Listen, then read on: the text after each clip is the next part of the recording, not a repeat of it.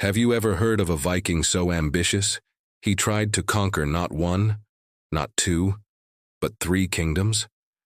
A warrior so fierce, he carved a path of glory from the frozen north to the sun-drenched walls of Constantinople, only to meet his end on a muddy field in England? This isn't a fantasy novel.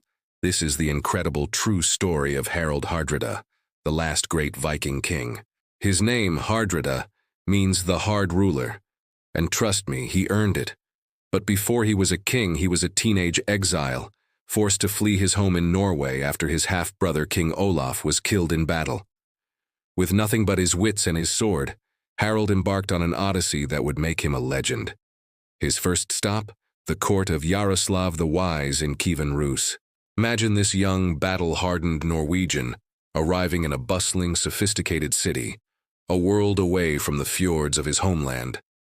He quickly proved his worth, becoming a captain in Yaroslav's army. But Harald's ambition was a restless fire. He heard tales of even greater wealth and glory to the south, in the heart of the Byzantine Empire. Constantinople, or as the Vikings called it, Miklagard, the great city. So, with a band of loyal followers, Harald journeyed to the glittering capital of the Eastern Roman Empire. There, he joined the most elite mercenary unit in the world, the Varangian Guard. These were the personal bodyguards of the Byzantine emperor, famed for their loyalty, their ferocity, and their very large axes. Harald wasn't just another guard. He rose through the ranks with astonishing speed. His campaigns took him from Sicily to the Holy Land. He fought pirates in the Aegean Sea and battled rebels in Bulgaria. He was a strategic genius, a fearsome warrior, and he was getting very, very rich. The Byzantine emperors would shower their favorite Varangians with gold, and Harald made sure he was a favorite. Legend says he amassed a fortune so vast it took 12 men to carry it. But even serving emperors wasn't enough for Harald. He had unfinished business back home. After a decade of service and accumulating a legendary treasure, he decided it was time to claim his birthright. His journey back to Norway was as dramatic as his time in the Guard. He had to escape Constantinople, some say, by kidnapping an empress's niece to use as a bargaining chip. He returned to Norway not as a penniless exile, but as a wealthy and famous warlord. He struck a deal with his nephew, who was then king, to rule Norway together. This co-rulership didn't last long. After his nephew's convenient death a year later, Harald Hardrada became the sole king of Norway. As king, he was every bit the hard ruler his name suggested. He ruthlessly crushed any opposition, centralized power, and established trade routes that brought even more wealth into his kingdom. He even founded a city that you might recognize today, Oslo. For nearly 2 decades, he ruled Norway with an iron fist, his reputation as a warrior king echoing across Europe. But the fire of ambition still burned.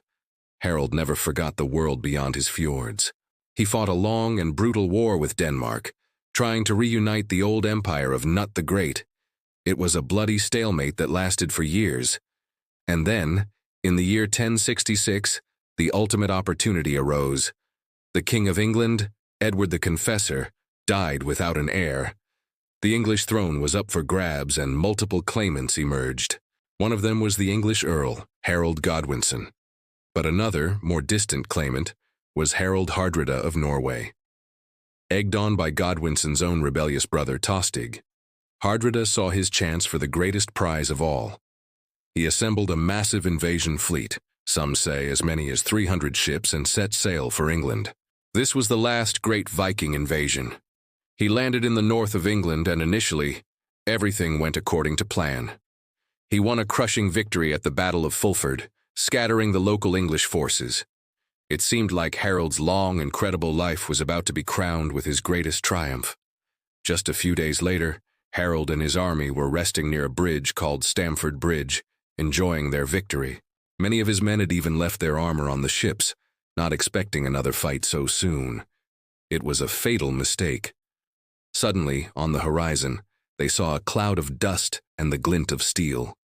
The English king, Harald Godwinson, had done the unthinkable. He had marched his army over 185 miles in just 4 days, a stunning feat of logistics and determination to surprise the Viking invaders. What followed was one of the most brutal battles in English history. The Vikings, caught off guard, and many without their full armor, fought with the desperation of cornered wolves. Legend tells of a single giant Viking berserker who held the narrow bridge against the entire English army, felling dozens of men before he was finally brought down. But courage alone couldn't win the day. The surprise was too complete, the English numbers too great. In the heat of the battle, leading from the front as he always had, Harald Hardrada, the thunderbolt of the north, the last great Viking, was struck in the throat by an arrow. He fell, and with him the dream of a Viking England died forever. The Viking army was annihilated. Of the 300 ships that had sailed for England, only around 24 were needed to carry the survivors home. It was the definitive end of the Viking Age. Just 3 weeks later, the victorious but exhausted English army under Harold Godwinson would have to march south to face another invader, William of Normandy. At the Battle of Hastings, Harold Godwinson would himself be killed, paving the way for the Norman conquest of England. So when you think of the year 1066, don't just think of William the Conqueror. Remember the incredible story of Harald Hardrada, a man whose life was a saga of exile, adventure, riches, and power.